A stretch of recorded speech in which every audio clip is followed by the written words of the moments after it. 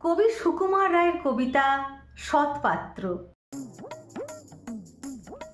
শুনতে পেলাম পোস্তা গিয়ে তোমার নাকি মেয়ের বিয়ে। গঙ্গারামকে পাত্র পেলে? জানতে চাও সে কেমন ছেলে? মন্দ নয় সে পাত্র, ভালো রং যদিও বেজায় কালো।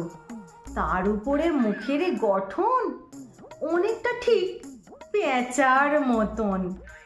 বিদ্যে বুদ্ধি বলছি মশাই, ধন্যী ছেলের অধ্যবসায়। 19টি বার ম্যাট্রিকে সে ঘায়েল হয়ে থামলো শেষে। বিষয় আশয় গরিব বেজায়, কষ্টে সৃষ্টে দিন চলে যায়। মানুষ তো নয় ভাইগুলো তার, একটা পাগল একটা গোয়ার, আরেকটি সে তৈরি ছেলে। জাল করে নোট গেছেন জেলে। কনিষ্ঠটি তবলা বাজায়, যাত্রা দলে 5 টাকা পায়। গঙ্গারাম তো কেবল ভোগে তিলের জ্বর আর পাণ্ডু রোগে।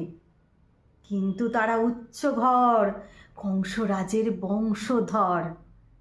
শ্যামলাহিরি বনগ্রামে কে যেন হয় গঙ্গারামের।